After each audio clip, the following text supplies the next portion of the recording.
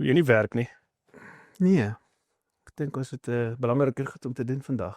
Soos wat? Almal het 'n podcast en 'n sit in sy bakkie met 'n kamera en Ons moes aan die inding. Ek dink hierdie is maar net my en jou se opinie oor goed wat ons graag wil lewer, oor wat ons sien en hoe ons dit ervaar en hoe dinge by ons gebeur. Ek kan nou nie vir jou box tissues hier dat jy nou, as jy nie saamstem met my mening, dat jy nou 'n tissuetjie kan vat en jou traantjie kan afvee nie, maar ons vat dit van, ek dink kom ons begin by, ek dink oor ons beplanningsfase,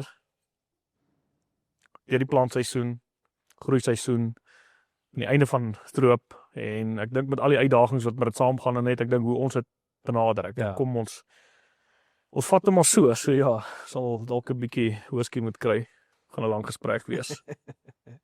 Okay, so dan gaan ons 'n bietjie tyd uitsit om na hele klompie goeters te kyk. Ek dink ja, ons het 'n bietjie tyd nodig, want ek sê dit is 'n opbrengs groei nie oornag nie. So laat ons ek dink kom ons kyk oor die volgende paar weke hoe ons opinies en goed kan deel.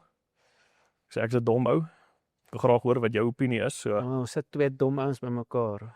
twee negatiewe maak 'n positief. Two rights make a wrong. Two wrongs make a right. Ja, so. Dankie. Vat hom soos hy is. Dankie vir jou.